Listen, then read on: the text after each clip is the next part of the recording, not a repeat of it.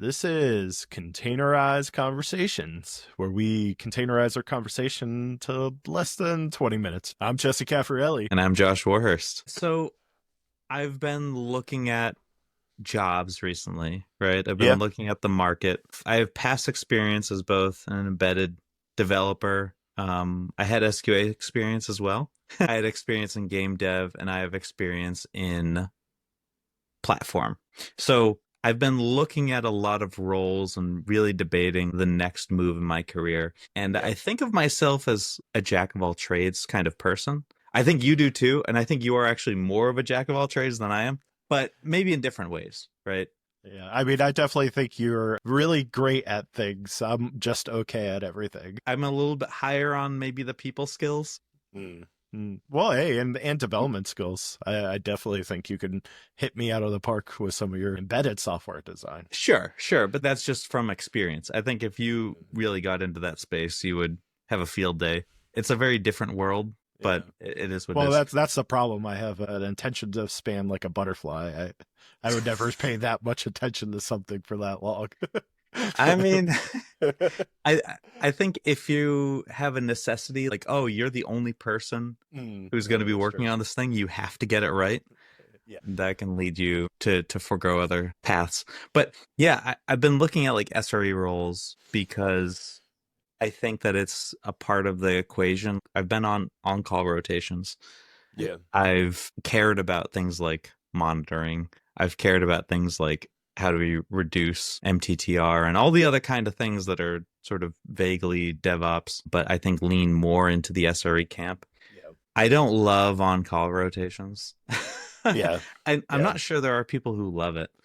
Oh, you'd be surprised. Yeah. People love being on fire. So to our audience members out there, Josh and I, before we start recording, we always hop on Discord and start having conversations. And Josh is kind of rehashing out the conversation we were having. And of course, as always, I always say, stop, we're recording this because this is a good episode. And this was it, right? This was the conversation we were having. And I think the thing I was starting to get into when I was talking to you is like, I don't see you as an SRE. In my mind, when I view a perfect SRE, I think of someone who lives, breathes, and eats production, how things are running in production. It's the type of person who stays up at night because they think that they left something that could go down while they're sleeping. It keeps them up at night. And it's usually people who are literally working through all hours of the night just because they're afraid that if they stop this right now and just do it to the next day, like the whole world's going to fall apart. Right. Well, hopefully it doesn't. Well, but that's the thing. You have anxiety about it all the time, and that you never stop thinking about it. And that's in my mind, that's an SRE. It's like someone. That's how I feel about being a parent. Just to be clear. Yeah. I think that once you become a parent, you're like, how many ways can my child die? And I'm thinking about them all the time. Yeah. No, that's a good analogy. Is think of an SRE to me is someone who thinks production is their child. And they are losing sleep over the production dying at all hours of the night. How do you square that with cattle, not pets? Yeah. And I think when you come to like cloud resources, for instance, a cattle is something that you're like, oh, we can just like take this down, bring it up. No big issue.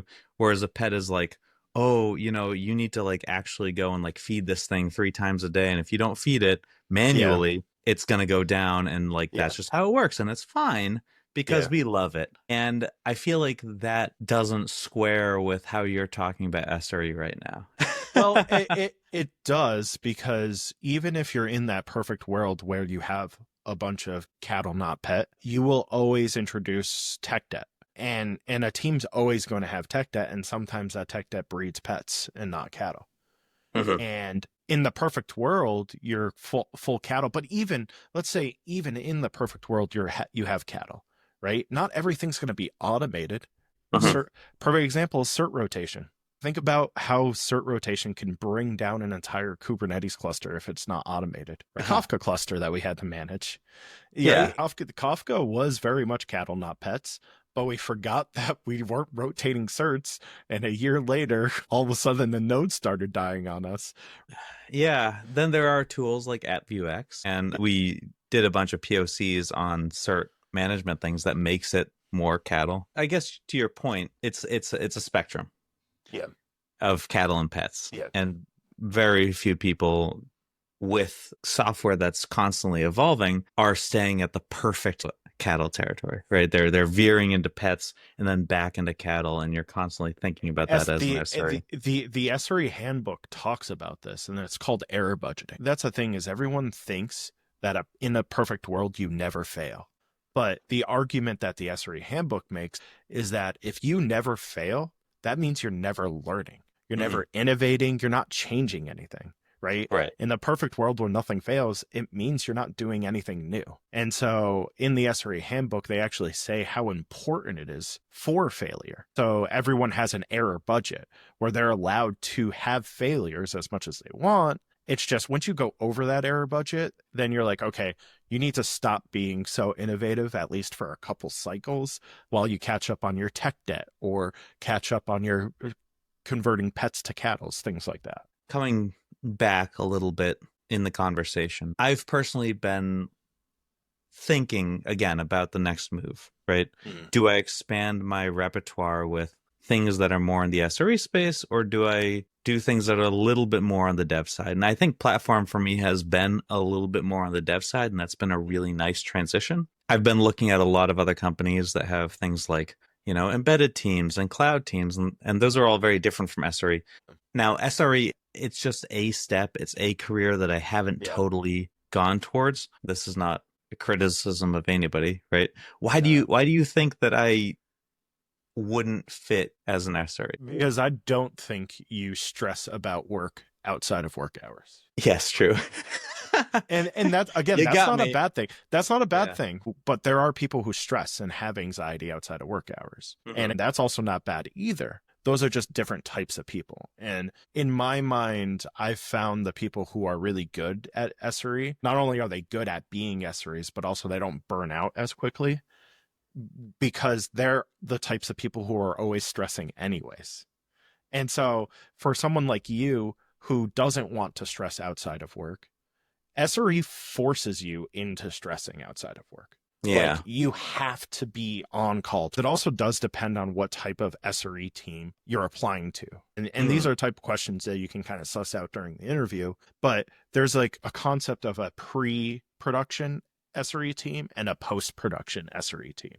And then there's like a all-together pre- and post-production SRE team. And the ones that are pre-production engineering teams, those are the SRE teams that are working in embedded with the development teams. And realistically, they're kind of more like automated infrastructure engineers, build pipeline engineers. It's a kind of an abuse of the word SRE. But with that being said, they tend to focus more on developer velocity and getting that stuff out to production faster in a safer and more reliable way. The post-production SRE teams, they don't work with the dev teams at all. And those are the ones that tend to be like on call 24/7. Those are the ones that are constantly dealing with development issues after they've been deployed to production. And they hyper-focus on catching them in production as quickly as possible after the deployment has happened. So the pre-production SRE teams, they do tend to be a little bit more like lax, but I haven't seen a lot of positions like that. More times than not, it's either a post-production SRE team or the SRE kitchen sink, where they're everything. They're post and pre and everything in between. Right, sure. Yeah, like they have a general position that they say, we just need somebody to fill this weird role that kind of captures it all. I think I agree with everything you said. I don't necessarily want to be in stressful situations regularly. I think it's good to have them. Stressful situations in my mind are something that often push people forward. But then if you get pushed too far, you go over a cliff, and I guess some people are really good at that. They're like, I cliff jump, right? Okay. Yeah. Well, not only that, but there's also a difference between deadline type stress and production is down and the customers hate you because of it, which is like instant, like you pass the deadline. Yeah, Yeah, yeah, you're right. yeah, It's a very, oh, we need this thing done in 2 weeks because we have a demo with an investor yeah, is a very different feeling than during the demo with the investor, the thing went down, right? yeah, Like yeah, yeah, yeah, yeah. Yeah, that's a good example. part of my general feeling is do things that make you uncomfortable That's so true. that you have that skill under your belt. Yeah, Like people have told me, you don't want to work for a huge company yeah, yeah. because they're not gonna respect the work that you do or X or Y. I've heard a dozen different reasons why I shouldn't work for a big company, and I'm like, Yeah, but I haven't. I really haven't worked for a company. I mean, okay, yes, I worked for the number you did. one You did company kind of for a little bit, yeah. in the world, sure. Well, and But so like the thing that people don't talk about with working at those big companies too is that you get paid a lot more money than working at the smaller companies. And they pay you in ways you don't think about, like the 401k matches and stock option matching and the 401k matches are crazy. I mean, because you literally you can't break that barrier yourself. yeah. It's only with another company, like a corporate sponsor, that you can Yeah. break these barriers, Yeah. and that can have a significant potential impact on your retirement. Who knows Yeah. what things will be like when I retire? But I guess my point with startups versus bigger companies and SRE versus anything else out there is until I've experienced it, it's Yeah. so Yeah. hard to say that it's not a good fit. And I agree with other people though, right? Everything that you've said makes me say, I don't know if SRE is a good fit, right? Everything that a dozen other people have said says, hey, big companies aren't a good fit. Yeah. But until No, I've done yeah. it, That's the thing. You make a good point, right? Do I think you will learn a ton if you become an SRE for sure? But my prediction is that you're gonna you're hate gonna, it, and you'll be there for like 4 years max, which is still a long time. But in yeah. our world, that's a very long time. But still, like I do think you'll hit a point where you're like, I don't know if this is for me. Yeah. And I'm always thinking like long term, what skills do I want to have at like 60? Which is a bit of a weird way of thinking about things, but Yeah. Well, everything I we learn now is going to be useless when we're 60. I hope you know that. fair point. Fair point. I've read so much about AI tech stacks. Yeah. And everybody's like, it's different than it was 2 months ago. Yep. And it's gonna be different in 2 months. And I'm just like, how do you decide to choose to work on anything? Like Yeah. when I invest myself in learning a programming language like C or Python or Java or whatever, these sort of old languages haven't changed in 30 years, 40 years, Yeah. right? Yeah. They came, they have little new features, but when you get to like the bleeding edge, cutting edge technology stuff, and Yeah. AI is full of this right now, Yeah. like why learn anything when it will definitely be obsolete, except Well, that it's going to push your knowledge, your way of thinking about okay, okay, products different. okay. Slow down here for a second because you're going to make all Is of this another episode? our audience no, our audience members are going to be so depressed they're just going to like give up and stop learning things. I'm going to say this, first off, I have an analogy for this. It's like a graphics card, right? When you want to go An upgrade your NVIDIA graphics card? yeah, you want to go upgrade your NVIDIA graphics card, but you know a new one's gonna come out in 6 months. So do you wait for the new one to come out, or do you just upgrade? And then in 6 months, when that one's out, another one's gonna be out in another 6 months. So you just keep waiting, and then you never have a computer. So you have to just be okay with learning it right now. Now, my hot tip, or my hot strategy is a perfect example is programming languages. When I learn a programming language, I hyper focus on how to learn a programming language fast. Every time you learn a new programming language, you should be focused on how are you learning this? And for the next time when you do have to learn it, how do you improve upon your learning capabilities? And then the things you're learning in this programming language, what are the core concepts or ideologies you can take with you and apply it to whatever coding language you learn? Right? Don't think like, oh, you just spent all this time learning this and now you have to dump it and move on to something else. You didn't waste time. As long as you learned the general gist of how to create things, learn things, and architect things, chances are you can take a lot of what you learned in that one specific technology or language and apply it to something else. I think something I definitely agree with you here on is like just because you're learning these things doesn't mean that they're going to be totally useless, right? Knowledge is often so iterative, right? Yeah. And you'll find people that are geniuses in like the 1800s that had this like concept of like a rocket ship, but they just didn't have the technology to use it. And why? Because people needed like 3 or 4 steps to get there. There are some geniuses that skipped all those steps and they got to the final thing, but then nobody else could follow them. But there's so many people out here in the space that if you stay up to date with the space, you're actually getting those individual steps so that you can follow along with what people are thinking about. And they're still basing it off of old technologies, right? Exactly. The way that people are thinking about AI has some new interesting bits,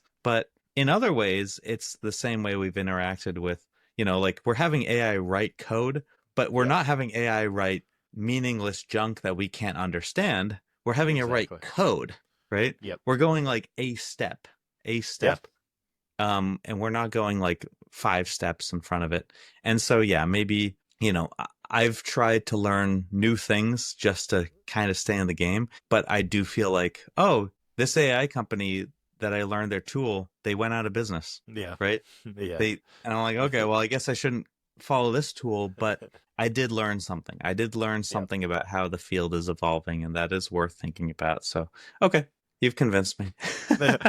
Coming back to SRE, I think I'm still in the position where I'm going to apply to these roles. I'm going to ask questions, even though the market's not amazing. Yeah. It's still got a lot of really cool positions out there. And so I guess we'll see what happens. Well, that was our containerized conversation. I'm Josh Warhurst.